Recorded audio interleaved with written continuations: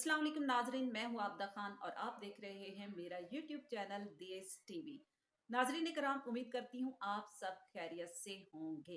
नाजरीन, आज की वीडियो में हम बताने वाले हैं आपको बड़ी दिलचस्प वीडियो है, बहुत अच्छी मालूमात आप तक पहुंचने वाली है। हो सकता है आपको इससे पहले ये मालूमात ना मिली हो। जावेद चौधरी सीनियर सहाफ़ी हैं और बहुत अच्छा लिखते हैं। उनका यूट्यूब चैनल भी है जिसके ऊपर वो मालूमात फराहम करते रहते हैं। जावेद चौधरी कहते हैं कि 4 घंटे की अलीम खान के साथ उनकी मुलाकात होती है और मुलाकात में बहुत अहम इंकशाफात होते हैं।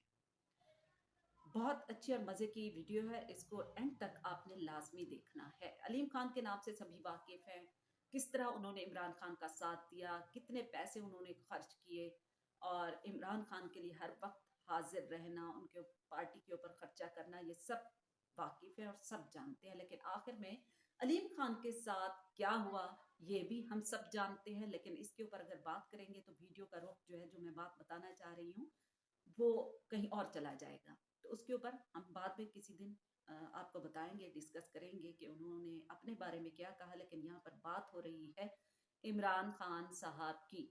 जी, कि उनका जो है बुशरा बीबी के साथ कैसे राब्ता हुआ और किस तरह निकाह हुआ, ये सब हम अभी आपको बताने जा रहे हैं। जी, तो नाज़रीन, बुशरा बीबी की बहन है मरियम भट्टू साहिबा।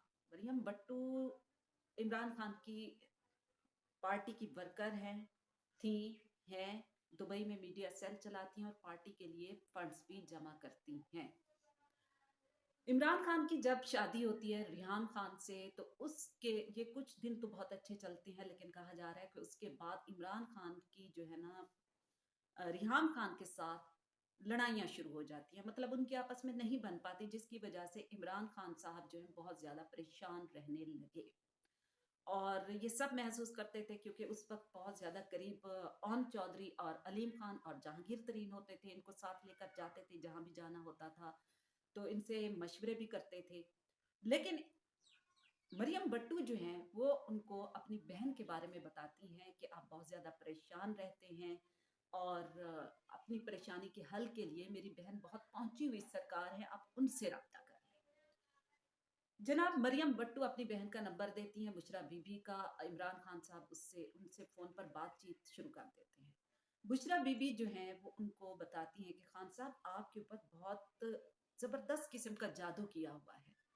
काला जादू जिसे कह लें, वो आपके ऊपर हो गया है और आपको मेरे पास आना पड़ेगा, मेरी रिहाइशगाह यानी कि ख़ाबर मानिका के घर। उस वक़्त आपको बताते चले कि बुशरा बीबी ख़ाबर मानिका के निकाह में होती हैं और मानिका हाउस में ही रहती हैं।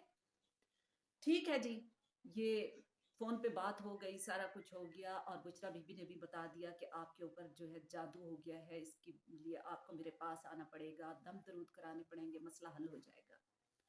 इमरान खान साहब ओन चौधरी और अलीम खान को साथ लेकर लाहौर ख़ाबर मानिका के घर पहुंचते हैं। वहां पर बुशरा बीबी से मुलाकात होती है।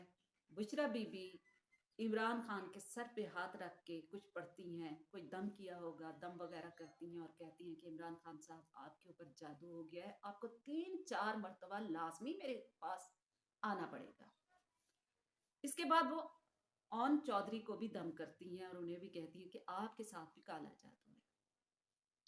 अब दम दरूद हो गया, वहां से अलीम खान और जहांगीर तरीन इमरान खान साहब एक साथ रवाना हो जाते हैं। फिर रास्ते में इमरान खान से जो है इमरान खान पूछते हैं ओन चौधरी से कि मेरा तो दम कराने के बाद जो है जिस्म बहुत हल्का हल्का फील हो रहा है, और तुम बताओ ओन चौधरी तुम्हारी कैसी कंडीशन है।